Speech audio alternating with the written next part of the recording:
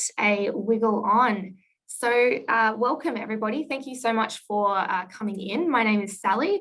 I am a Research Liaison Librarian, and I would like to start with an acknowledgement to country. The University of Newcastle acknowledges the traditional custodians of the land within our footprint areas: Awabakal, Darkinjung, Biripi, Worimi, Wananara, and Eora nations. We also pay respect to the wisdom of our elders past and present. So thank you so much for joining us today. It is a lovely, almost winter's day, and we're here to talk about EndNote and advanced techniques. So as I said, my name is Sally. I do have my colleagues Nicole and Ben who are joining me in the chat today. So we will have a chat open, which you are more than welcome. Oh, you can't hear me? Is anyone else having issues hearing me there?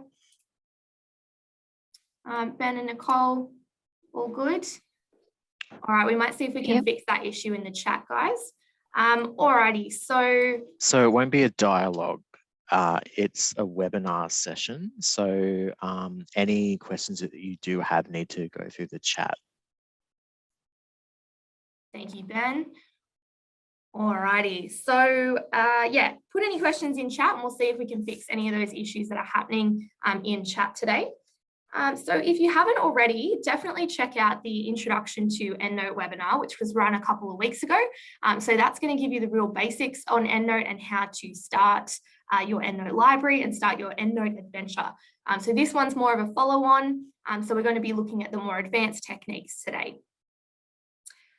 So we'll be covering what to be aware of when importing from databases, library preferences that you can set to really personalize your library. We'll also be looking at library features that you should know about, and a word integration fix for those who use equations or programming languages in their papers. Alrighty, so let's get started with, now, just going to share my screen here. Alrighty, so can I just get a comment in chat? Can you see my EndNote library sitting there at the moment? Yeah, fantastic. Thanks, guys.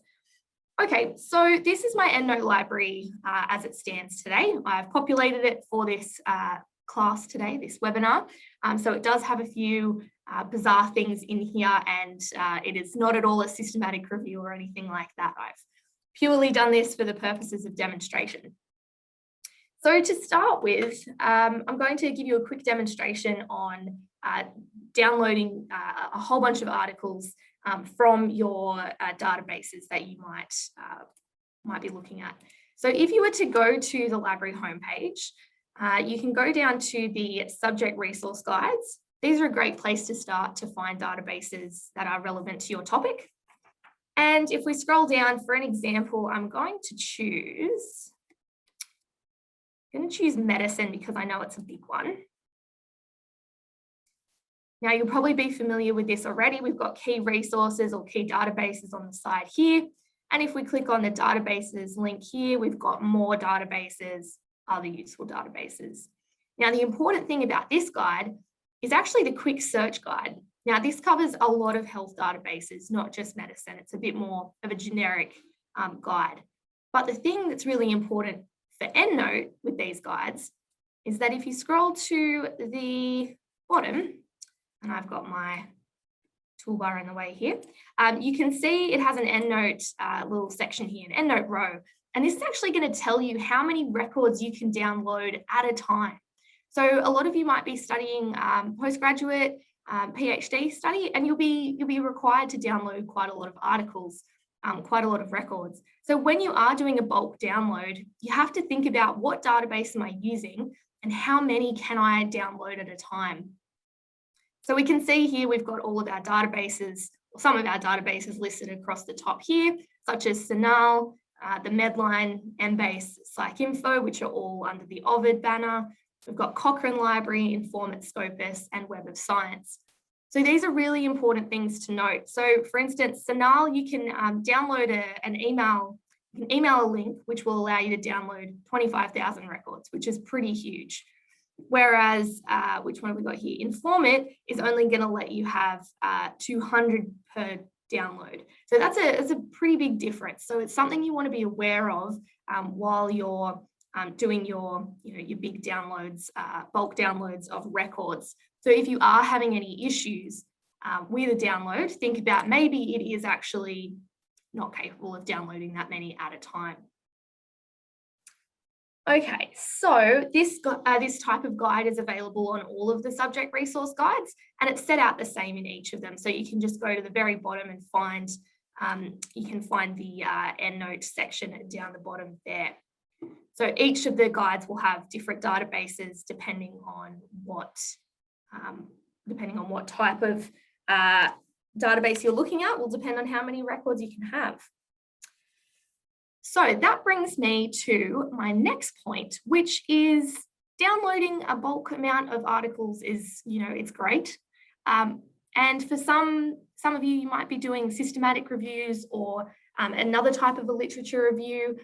And, you'll work on that for a couple of months. And, you might do your bulk download in January, say, and you kind of get to May where we are now, and you have to start writing about it. And perhaps you need to be putting in, how many records you got from particular databases, and then you've screened them, and now you've actually brought the amount of articles down a fair bit. But you want to know how many you're getting from each of those databases still. So some databases will be really, really lovely to you. And I'm going to show you my Endnote library here and show you PsycInfo. Now, if we click on a random record here, we can scroll down, and at the very bottom, we can see here, name of database. So when I've downloaded these 100 records from PsycInfo, part of the record information has actually populated with the name of the database. Now that's going to be really helpful for me in my 5 months' time when I need to write about what databases the articles are still coming from. But unfortunately, not all the databases have this feature. So to make sure that you're covering your bases when it comes to these types of things, I like to suggest creating groups for the databases that you're pulling your records from. So even though the name of the database, PsycInfo, has been populated for me in this field, I'm still likely to say, hey, this is the group for PsycInfo. This is all the information I got from PsycInfo.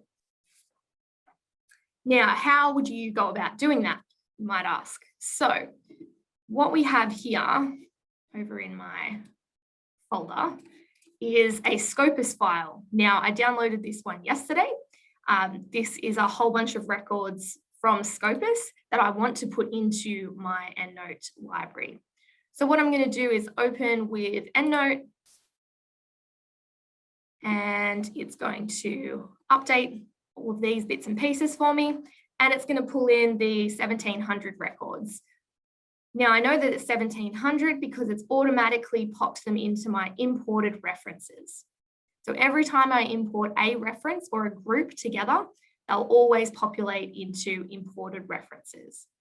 Now this is really handy because what we can do is select one record, control all records, click and drag them over to our Scopus folder and pop them in. So now when we add any more records, and it will generate a new imported references number. So even if I just put one record in, it would get rid of the 1728 and it would say one record. But I now know that all of these records in this folder were all pulled from Scopus. So think about that when you're preparing your Endnote library, when you're setting your Endnote library up. I'm pretty sure you can have unlimited amount of groups, which is quite handy. So you can see I have another group titled here, Journal Title. We'll do that one later. We'll deal with that later, but that one's in there for a particular reason. And as you would probably know from the previous webinar, any record that lives in a group will also always live in your all references. So it lives in 2 spots. Okay, so that is my first section about importing from databases and things you should know about. Is there any questions in the chat that are specific to importing from databases?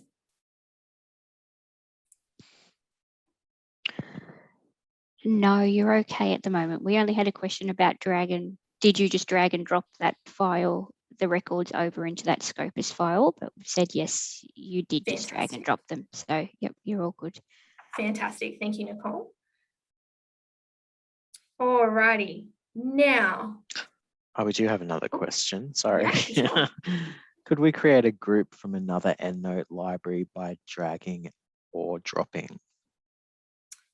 That's a good question. I don't think you could. You would have to copy them from the other library because the record needs to exist in the library to be able to be dragged and dropped. So you'd have to, and Nicole, just double check that for me. That would probably be the right way to do it, is actually copy the record itself. So the record now exists in the new library, and then you'd be able to drag it into a folder. Yes, yeah, that's my understanding as well. Yep. Yeah, I think you're right. Yep. Thank you. Then we've got when I drag and drop from an imported file into a group, will the segment of imported file be empty then? And yes. Yeah. Yes, so you're imported, the next time you import some records, that imported references file there that Sally's pointing out will update. Yeah, so for instance, so these are the 1700 from Scopus. And what I will do is, I'm pretty sure if do I have another record? Don't think I do sitting here. Sorry, I don't have another record sitting here, but for instance, let's show and see if this will work. I haven't tested this, so I don't know what will happen, so bear with me. If we go to add another, the same Scopus file again, it will import, and unfortunately it will be the same number, but see, it's only the 1700 or 1728. It hasn't doubled that number. Does that make sense?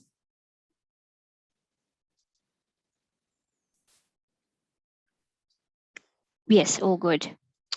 Fantastic. Have one more question that's popped in for that section, and it is, I am writing my PhD thesis by publication. I've collated papers into a single file, but now I have duplicate references. The same paper is in the reference list. How do I consolidate these? Yeah, for sure. So you can deduplicate references. I haven't included that in this webinar in particular, but I'm pretty sure if you go to the preferences and then into duplicates, this is where you set up whether or not it will duplicate, it will highlight the duplicate, sorry. So you can choose what fields you want to make that if EndNote finds matches for author, year, and title, it's going to say it's a duplicate currently. So then what you would do is go to references and to find duplicates. And here it's coming up with the two records that it believes are the same. And of course, because I just pulled in the Scopus file twice, all of those records are now going to say there's duplicates because they are the exact same. So there's no difference between these records, unfortunately, but you would be able to see if there was a difference and go through and actually check which one you would like to keep. Does that answer that question?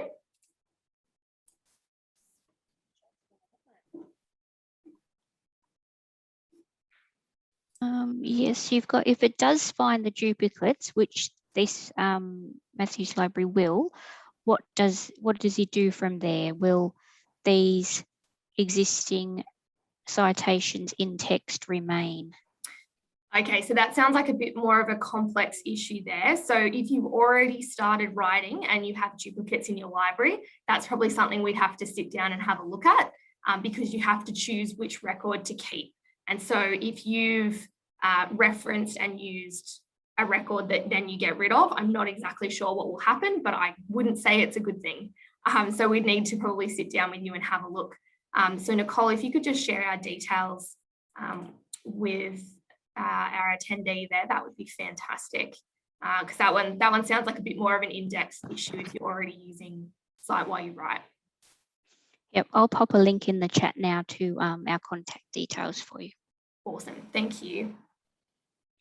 Alrighty, so another thing that you should know and good things to know about your library is that Endnote allows you to really set up a very personalized system, which is why so many people like Endnote, but they can't really explain why they like it so much.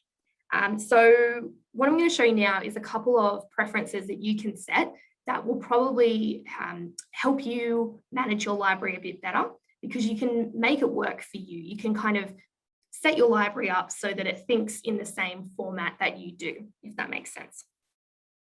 So starting with PDF handling. Now, I don't know about anybody else on the webinar here, but for a librarian, I am terrible at renaming my files. I don't know why. I know I should be better, but I'm just not. So one thing with Endnote that is really handy is that you can actually set up how you want Endnote to name your files when it attaches PDFs. So whether that's from you downloading the PDF and then uploading it yourself, or whether it's finding the full text, using find full text over here. So what you can do for that is go to Edit and to Preferences and down to PDF Handling. Now, I wish I could get my computer to set this up when I downloaded anything. So the PDF auto renaming options, you can choose how you want it. I personally have mine as author, year, and title, because I'm way more likely to remember the author than I am to remember the title of something that I've read. So once you have applied, if you're changing it, you'll have to apply it. I don't need to, so I'm just going to hit OK. You can also do a custom version, which is up to 50 characters long. So I'm going to hit OK. And then what we can see here is if I click on this particular record, I do have an attachment over here. And you can see, if I just make this screen a bit bigger, that it is the author name, the year, and then the title. And so this simple trick just makes your life a lot easier when you are having to look at articles. And it means that when you download something, so when you've got something sitting in here like these two, you don't need to rename them, because when you put them into your Endnote library, it will automatically rename them for you, which I just think is just the greatest thing since sliced bread.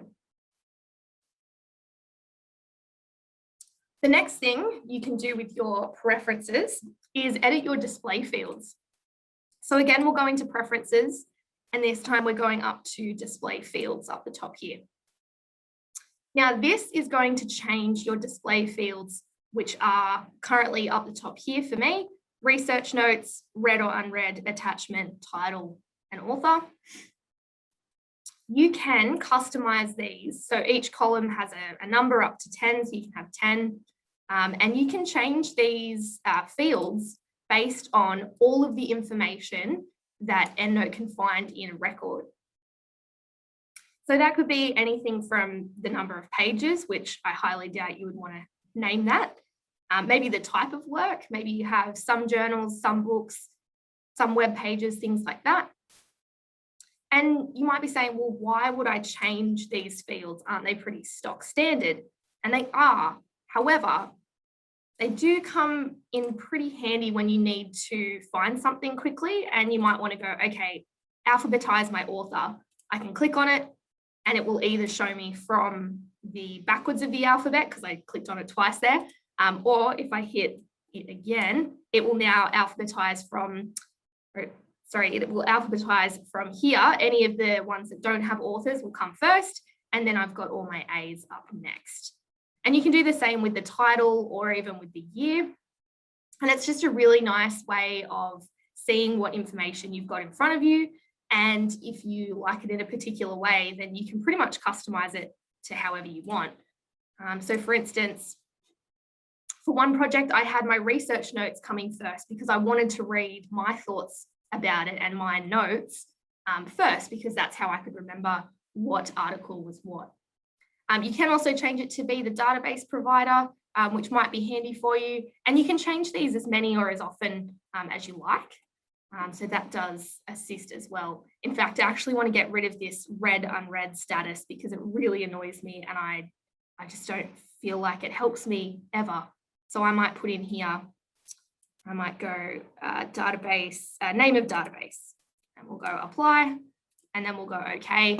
And now I can see all of my Scopus here, got APA, got EBSCO, so I need to alphabetize it. So if I click on that, now it's going to keep them all together. These are all PsycInfo. Now we're all EBSCO, and I have to scroll all the way down to Scopus. Okay, so next up on the list of library preferences is adding a style. So some of you may have uploaded Endnote X9 when it came out. Fantastic, you've been using it for a bit. And then APA 7 came around the corner. And you may have been trying to use APA 7 on your Endnote X9, but it wasn't actually there. So sometimes your style that you're after is not preloaded on your Endnote library. And this is because in the case of Endnote, in the case of APA 7, APA 7 had not been released when Endnote X9 had been released. So it didn't know to add it because it wasn't a thing yet. So what we can do to actually add a style is a bit of a journey, but once you know how to do it, it's really handy because you may have to write for a journal, and the journal might be requiring a really specific type of style, and that might not be in the generic list of Endnote styles. So you have to go and download it and upload it into your Endnote library. So to do that, what we actually have to do is go to Endnote Add Style. Now, I think, Ben, I did give you the link to this, but I didn't give myself the link to it. So what we're after is the output styles.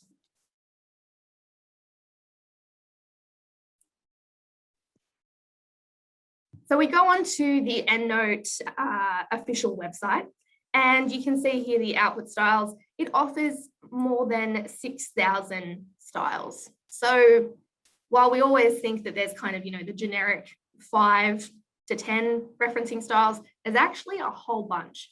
And you might not necessarily want all of them, which is totally fine.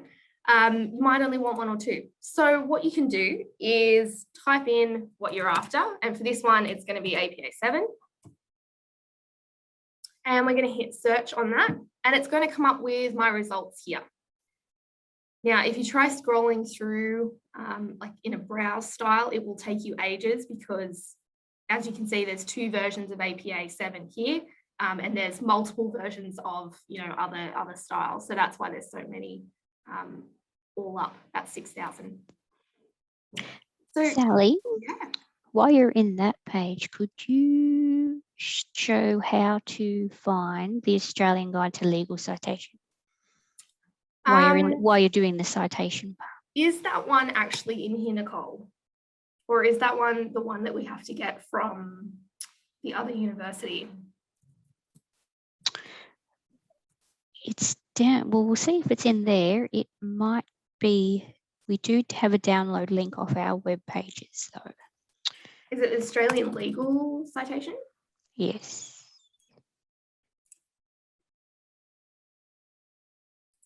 Yeah, I have a feeling that's the one that's actually being created by a university specifically. And that one does not live on the Endnote Clarivate official site. I'm pretty sure it's in one of the guides. I think it's UNSW. I can pop a link in the chat to where to download that one so that you can keep going if you like. Awesome. We did have a question about your PDF part though that I'll just double check. If you Yep. change the PDF to the author year title, Yep. and I've already got PDFs in my library, will it change those retrospectively, or will they all still stay the That's a good same? question. I think they will change.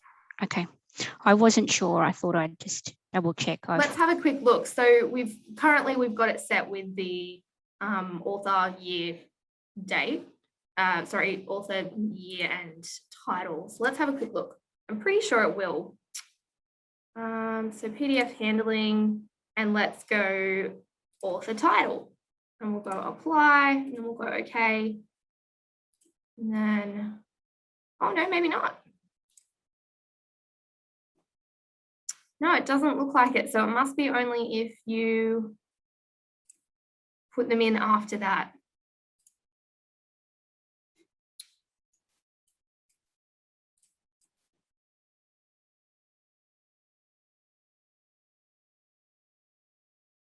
Yep, so it must be only when you bring the PDF in. There you go. I didn't know that. Good question. Yep. Okay, cool. Thank you. I didn't either. So good to know. Thanks. That's all right. So back up to downloading APA 7. So let's have a look. Let's go for the one that's not the annotated with research notes. I'm just going to download this one here. And I'm going to open that download. Now it's going to bring up this lovely screen, which looks extremely overwhelming if you've never seen it before, and that's totally understandable. Basically, this is all of the code in the background of the way this style works. Now, you could go into having a look at things like punctuation. It'll tell you what the rules are, what are the rules for anonymous works, how do page numbers work, and this, depending on the way you learn, this may actually be a really nice way to kind of work through and see what Endnote's doing in the background to your information that you're providing. It definitely helped me when I had a look at what was happening in the background to then understand how it was pushing out references in Cite While You Write, or even in the Endnote application itself. And there's things like, pardon me, the templates for your bibliography. So this is going to show you how it decides for each different reference type. So artwork, audiovisual material, bill, and it's going to show you what it deems as the appropriate way to structure the bibliography for that particular reference type. So it can be quite good to go through and have a look, obviously only if you have the time. So with this one, what we want to do now that we've downloaded the style is we want to go File, Save As. And because I already have APA 7 downloaded, because I practiced this, it's going to say copy. And what I'm going to do here is just put in here webinar tester, because that's what I'm doing today. Obviously, if it was just a style that you're importing, maybe just put that you imported it yourself, or even the date or something like that, just so that you know that that's the particular style. And we'll hit save on that one. And then I'm pretty sure if we do our little tiny box, we will be able to close that one. And then now if I wanted to use that style, I would go into my output style. And these are all the basic ones that are always here. And I'm going to go select another style because the one that I'm after isn't there. And it is in alphabetical order. And I believe,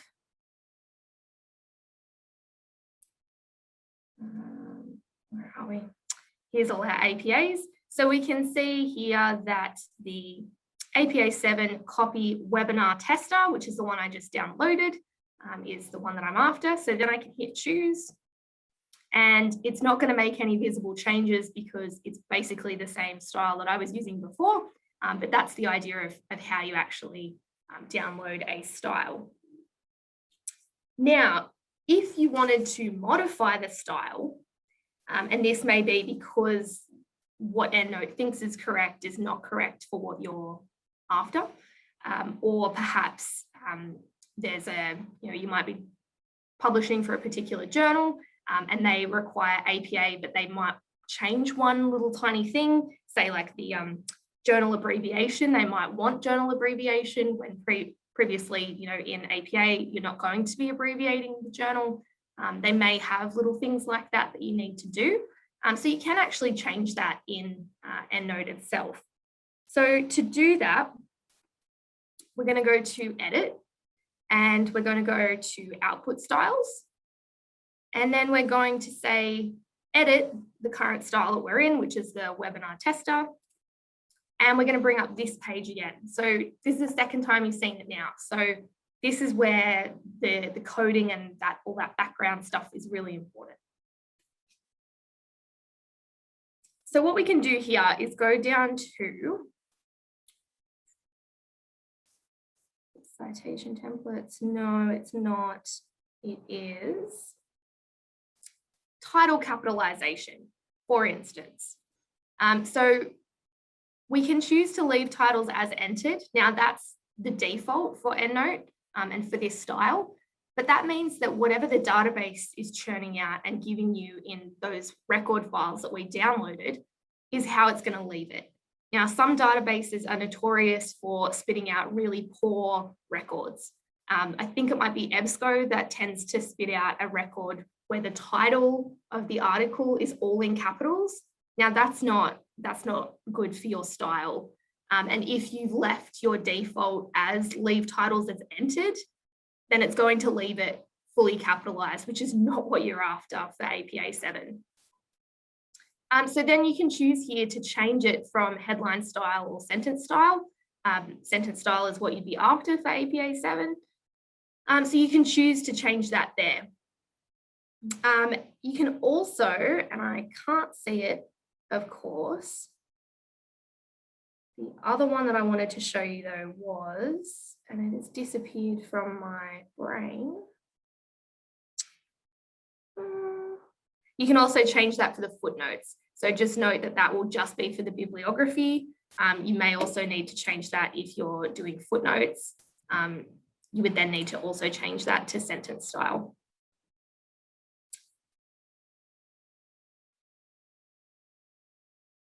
Now I'm trying to find journal, of course. So journal names lives up here because Endnote. So currently the default is using the journal's full name, but as I said in the example, you may need to, make it the abbreviation of a journal. Obviously you would want to be checking that the abbreviations were correct though. So you could choose the abbreviation here. And you can also choose to just abbreviate journal articles only. So you can change things like that if you need to. I'm not saying go around and, change styles dramatically or anything like that, but if you need to make small changes, that's kind of where you are going to be able to do it. And when I close that, it's going to ask to save changes. And because I've saved, because I want those changes, I'll say yes. Okay, so I do have a couple more things to show you, but I do realize we are running out of time. So I will stop for some questions at this point. So any questions about any library preferences?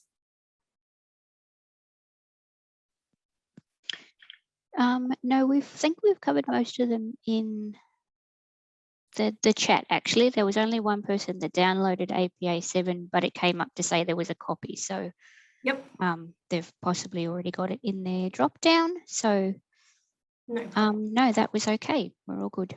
Okay, I just saw the chat flashing, so I thought I'd double check, but I will keep going through, guys. There is another one. Oh, yeah. In the templates, what do you do with the vertical bar and this? What do the vertical bar and circles mean? Sorry, hang on, I will get that up again. What am I looking for? No, edit, output styles. Sorry, Ben, can you read that question again? In the templates, what do the vertical bar and circles mean? I have needed to modify these in the past. The vertical bar. Okay. Maybe some more information, Nicholas. Sorry, I'm not exactly sure what you mean.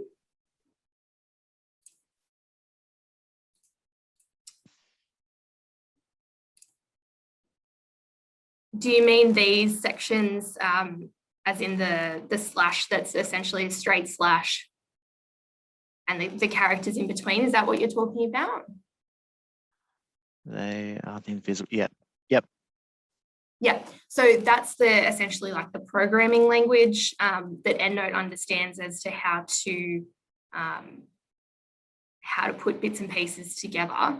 You've needed to modify these in the past. So I haven't modified styles from this page at all. I would say that there would be explanation via Endnote Clarivate on their official website onto how to actually edit the styles. Another really good place that you can find Endnote tips about the intricacies like that is actually on Reddit. So I'm not exactly sure. If you want to contact me after, we can have a look if you have a specific example. But yeah, I'm not sure exactly what they mean. I'd say that the open circle, like the circle with the white in the middle, I would say that's a space. Because you can see the PP full stop and then the circle and then cited. So I would take an educated guess at them, but I don't know what they are off by heart. Yeah, and Sally, would you say that like it's probably best to like kind of book a time to come in and see us for those kind of questions so you can see the example? Yeah, definitely. And if you have an example, that makes life a lot easier as well. Yeah. Cool. Alrighty, so where are we up to? Okay, so I would love to know if anybody has had a similar issue to this one. Now, I had this happen to me the other day and I was completely stumped by this issue, which is why I wanted to include it in this webinar because I'd never come across it before. So occasionally I've been told, since investigating this further, occasionally this is a problem that happens. And I'm calling it the fussy journal title. So you can see that I've used Cite While You Write in this document, and we can see that I have my citation up here and its corresponding bibliographic reference entry down the bottom here. But now those of you who are very good at APA will notice immediately that the journal title does not have the correct capital letters. The first letter of each of those words should be capitalized, right? So I said, oh, well, why is that? You know, what's happening here? What's going on? Surely what we just need to do is go into the Endnote library, go into this particular journal, which I've saved for this example, go into its reference here and just edit it so that the first letter of each word is capitalized. Right, so I capitalized that and I went, yep, that should be good. So now I go back into Word and I open my EndNote and I update.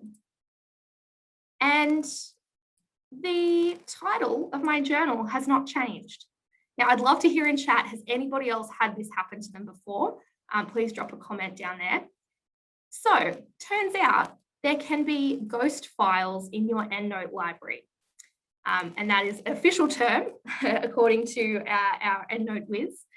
So what you actually have to do with this particular file, it's not understanding here that the journal needs this capitalization. It's not allowing that capitalization to be seen. So what we actually have to do is go into the terms list. And so this is where the ghost file, as it were, is living. So to do this, we have to go into Tools and we have to go Open Terms List. And for what we're after today, I know that it's the journal that's having the issue. So I'm going to go into the Journals Terms List. Now, this is going to be a huge, as you can see, a huge list of all of the different journals that I have imported into my library. And you can see that these are the titles here. If we extend them out a bit, you can see all the titles. Some of them are quite long, some of them are short. Some of them have, and I've just forgotten the word for when you use the initials. But you can see all of the different titles. Abbreviation. Abbreviation, thank you. Thank you, Ben. But if we scroll down to my one, which is, okay, it must be hiding in the section. Oops. Yeah. Oh, maybe he's not hiding there. Where is he hiding? There he is. I can't pick him because he's not capitalized. See here, it's in all lowercase.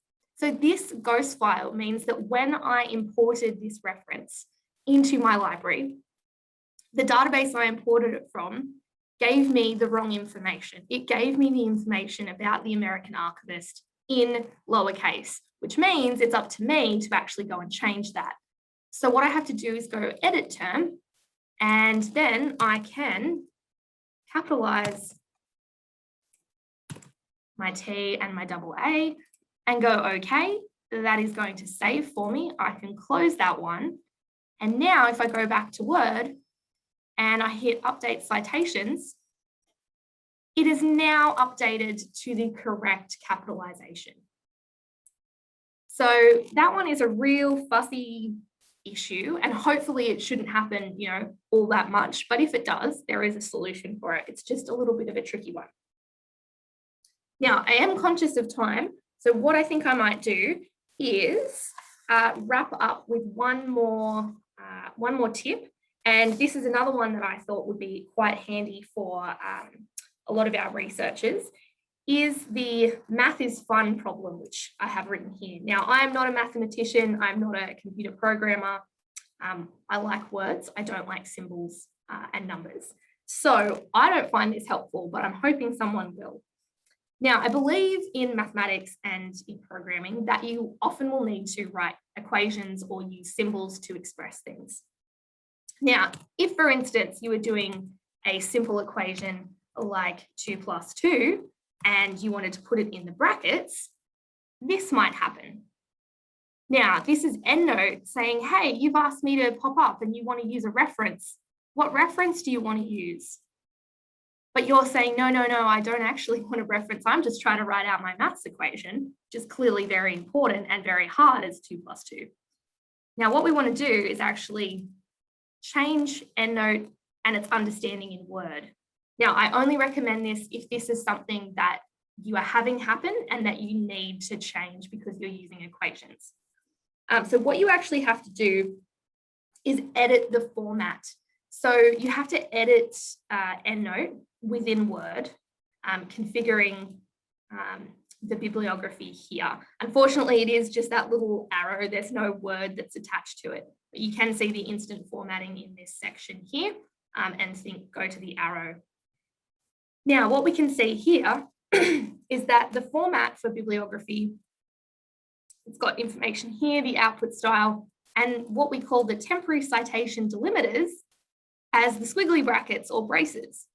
Now, the advice that I found online basically just said to add 2 braces to each of these, and that will stop Endnote from freaking out and thinking you want a reference when you're just trying to do an equation. If, however, you often use a double set of curly brackets or braces, you may need to use a different symbol, but I highly recommend that you note down that you've done that so that you know which ones they are. So I can hit OK now, and what I can do is go back and do my very difficult equation here of 2 + 2, and now Endnote isn't popping up. But if I was to do a double curly bracket, 2 + 2, whoops, and end with a second bracket, it's going to pop up again. Alrighty, so we have 15 minutes, and so I want to stop there and hand over to the chat and see if there's any questions and kind of catch up with you guys. I know that's been a lot. Probably also use this opportunity to plug some feedback. If there is anything specific about Endnote or any other library service that anybody needs to know about, after this webinar, you'll get a feedback form. Please fill it out, because if there's anything that you need to know, we want to, connect you with that knowledge. So please fill out the feedback form at the end. Yeah, definitely. Okay, and there's a question here about the terms lists that you were in. Is there a magical file that has all or a lot of the journal names and their correct abbreviations that you can upload into the terms list? That is a great question. I would love to assume that someone in the Endnote / academic community has made such a file. Is there a particular subject area that you are in that may help narrow that down a little bit?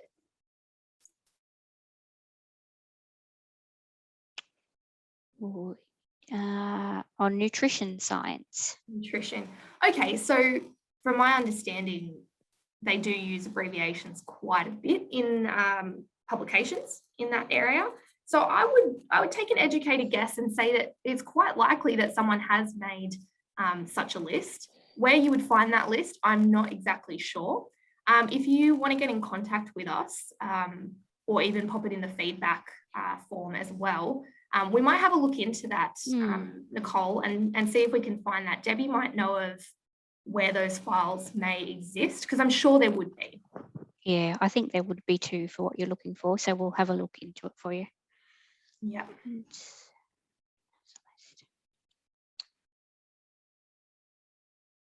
Any other questions in the chat that may have come through? There was one about when you were in Word and you do your you just showed that last feature. Yeah. Someone did want to know back at the start about changing the font for their bibliography list. I just pointed it out that it was in that same box where you added your curly brackets, but it's just that layout tab if you just want to show that one in there, and you can change size and font. You can also give it the bibliography a title. So for APA, I believe it's just meant to be references. So you can also do that in there, and you can change your indent to be a particular size if that's something that's been required to down to that the millimeter by the looks of things. You can do it down to as well as your spacing. Yeah, it's a handy little box, that one. I wish it was an actual button with a name on it, because even I forgot which one I was looking at this morning, going, where's the format button that I'm looking for? But it's configure bibliography. Cool, thank you. Any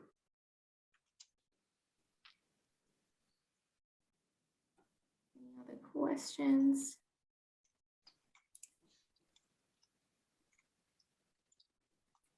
No, they're all kind of answered at this point.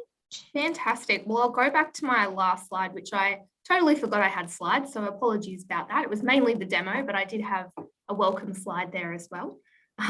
So these are just some actions that you guys might want to follow. So as Ben mentioned, you will get an email at the end of today saying thank you for attending. We'd love to hear your feedback. I have a feeling that we may need to do a part 2 of this, because there's still more things that I have to show you, but not enough time. So definitely keep an eye out on the part 2 of this webinar. And we do have some other webinars coming up already. Next week, we have GLAM and Special Collections. If you don't know anything about GLAM and Special Collections, definitely come along. They are a fantastic section of the library with lots of things to learn about. I highly encourage you to change your Endnote preferences to suit you, even if it's something as simple as changing the PDF handling, or just swapping around what rows that you see, or sorry, columns that you see in your Endnote library. It just might make a little bit of a difference and make it a bit more personalized for you, making your life a little bit easier. And lastly, if you are a researcher, if you're an HDR postgrad, we would love to hear from you in the Researcher Needs Survey, which closes at the end of this week. So this is all about basically finding out what you guys need from the library so that we can better provide services for you throughout your journey. So please fill that one out. I believe Nicole and Ben might be able to drop that link in there. Yeah, that link's gone in. Fantastic. So yeah, we'd love to hear from you there. I think we'll close it off there if there's no more questions. Anything else in the chat, guys? No, nothing. No, we're good. At this Oh, sorry. stage, yeah. Fantastic. All righty, we'll stay tuned for part 2 and have a lovely rest of the day, everyone. Thank you so much for joining. And thank you, of course, to Nicole and Ben for moderating the chat. That looked like a busy job today. Thanks, everyone. See ya. Bye, thank you.